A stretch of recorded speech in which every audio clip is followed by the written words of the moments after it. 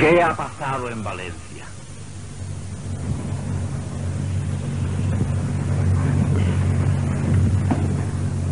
Bonica, què és el que els valencians diuen a una dona guapa? Princesas,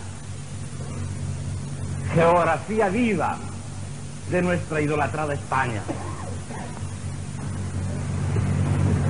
Excelentísimos e ilustrísimos señores, ¿qué ha pasado en Valencia y en España que ha sido posible este milagro al que estamos asistiendo y del cual todos, en mayor o menor grado, somos protagonistas? ¿Qué ha pasado en Valencia y en España, excelentísimo señor ministro, don Pedro Gual Villalbí, catalán, español y valenciano?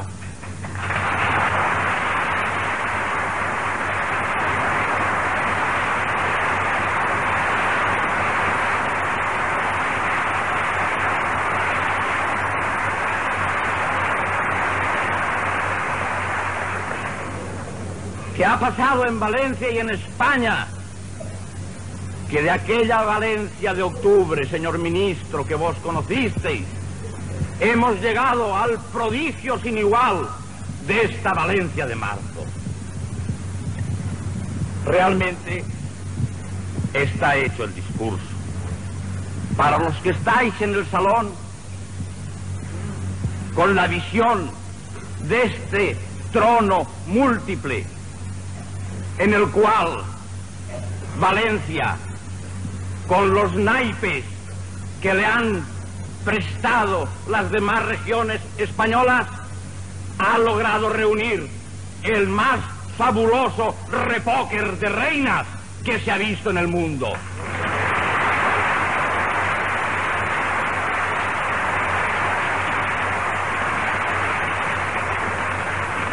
Un repóquer que, como habéis visto, merece el envite de echar el resto, como ha echado el ejército y todas las entidades y todas las casas regionales de Valencia. Hasta aquí el resto de España.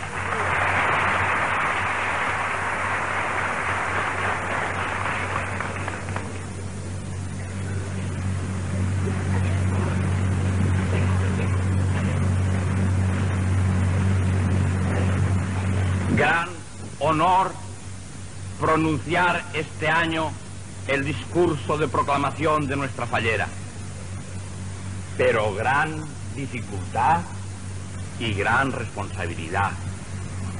Gran dificultad porque qué difícil es, y los que estáis pacíficamente alojados en esas butacas, poneos en mi caso, qué difícil es encontrar para este acto la onda exacta, el tono justo, válido por igual, al júbilo que nos embarga, pero también al dolor y al luto que no ha desaparecido de nuestro corazón.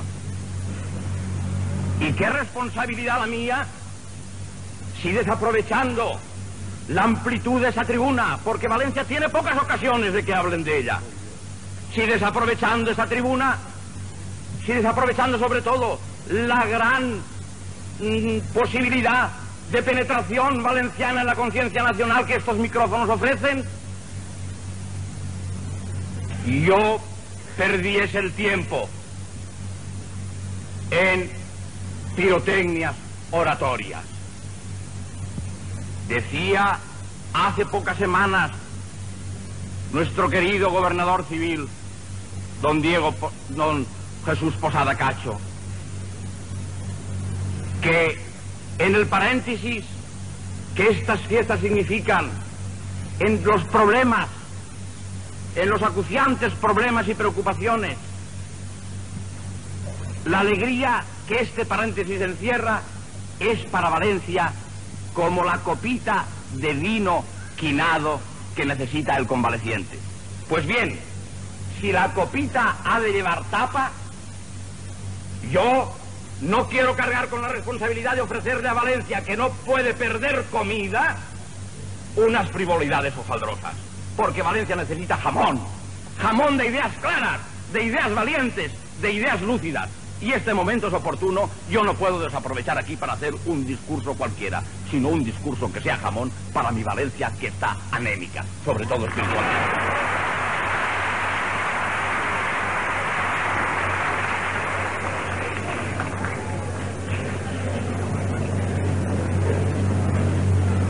Consiéntame, pues, puesto que entraremos enseguida en el terreno del jamón, consiéntanme, pues, esta reina y estas princesas, que yo evite el preludio madrigalesco que es protocolario en actos como este. Y además, innecesario. Por dos razones. Primera, porque ¿para qué voy a esforzarme en decirles a ustedes lo requete guapísimas que están y que son estas muchachas? Y para los que no me escuchen, imposible describirlas. Yo, para esto, necesitaría no de la palabra humana, sino de un sistema transmisor de televisión. Y en segundo lugar, por una razón de más peso. El mundo camina hacia un sentido práctico tremendo. Y las generaciones jóvenes, nos guste o no nos guste, tienen un sentido de la eficiencia y de lo utilitario tremendo. Por tanto, ¿para qué necesitan estas muchachas que un caballero de la edad de su papá les diga unas bobadas líricas si ellas cambiarían todos los madrigales de Gutiérrez de Cetina y todas las estrofas de Ausias Marc por media docena de palabras vulgares e incluso detonantes que un muchacho de 20 años les dijera al oído?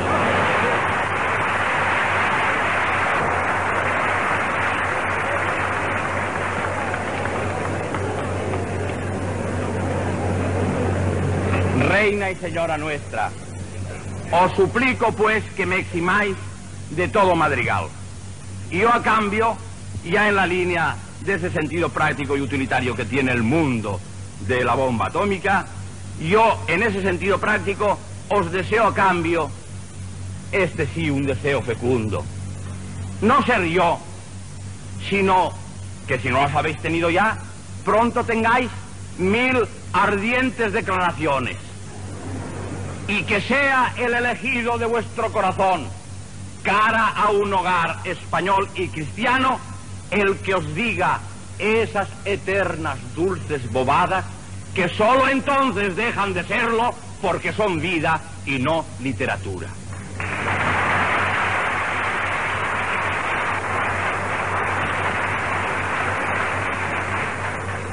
Y vosotras, princesas hermosísimas de todos los reinos de mi patria, yo os deseo también en esa misma línea de eficiencia un deseo y un augurio fecundísimo, que cuando terminadas las fallas vosotras emprendáis el regreso, no sea la totalidad de vuestra persona la que se vaya, sino que algo se quede en Valencia, vuestro propio corazón enredado entre las zarpas viriles de algún valencianet bien templado, de los bautizados en el Carmen, en San Valero o en Ruzafa.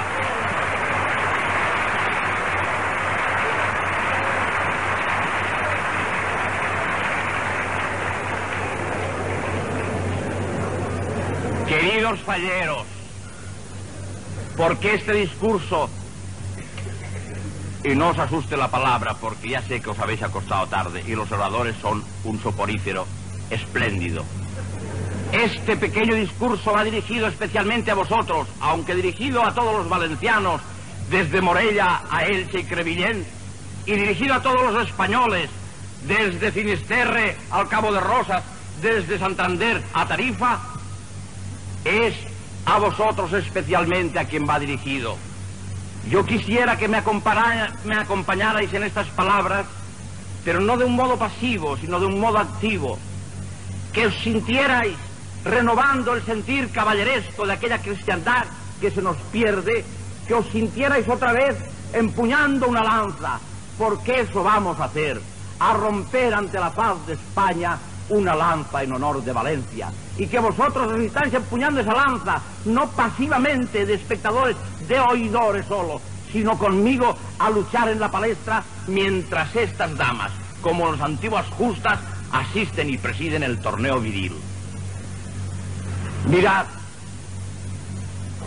cuando un pueblo llega como un individuo a un momento cumbre de su existencia, a un momento decisivo, necesita dar un frenazo y hacer o ajustarse consigo las cuentas muy estrechamente. Hacer, por qué no decirlo, un examen de conciencia.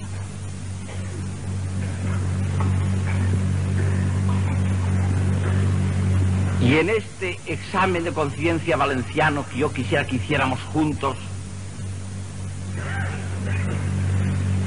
¿qué palabra nos podría sintetizar la situación de Valencia antes de la riada, dentro de casa y fuera de ella?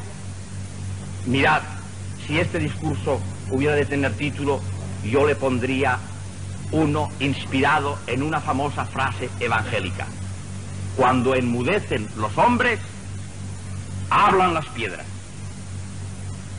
Porque los hombres enmudecen. Enmudecemos a veces.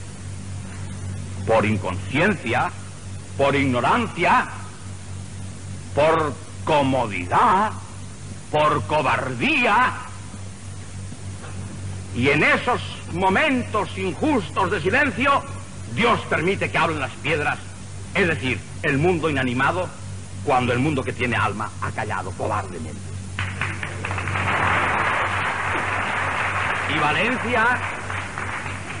Y Valencia, su situación, la palabra que sintetizaría su situación antes de la riada es esta: silencio. Valencia era, permitidmelo, la gran silenciada. No era un silencio malévolo, no era un desvío de mala fe, era peor, era de buena fe, porque los males de buena fe no se sabe cómo atacarlos. Y no era un desvío que nosotros, por complejo provinciano, pudiéramos apreciar de un modo hipersensible, por lugareños. No, la prueba está en que este silencio que tenía Valencia en el resto de España, nosotros éramos primerísima potencia española en Hamburgo, en París, en Bruselas, en Oslo, en Liverpool. Pero, permitidmelo, a la hora de los ferrocarriles eléctricos, o de las divisas, o de las grandes creaciones urbanológicas, que poco pesábamos. Ahora que se ha producido el gran estallido de amor español por Valencia, lo podemos decir sin que la cosa parezca por nuestra parte reproche, ni por la vuestra un complejo de olvido incurable. La gran silenciada. Os contaré un pequeño hecho que no conoce nadie. Siendo gobernador de Valencia don Ramón Laporta, era yo presidente de la Asociación de la Prensa, me insinuó la conveniencia de ir a Madrid porque notaba que Valencia apenas aparecía ni en los noticiarios de radio ni en la prensa. Yo le insinué: no hay mala fe, es que somos el Levante feliz, el rincón florido de España realmente arrinconado. Y fuimos a Madrid y recibimos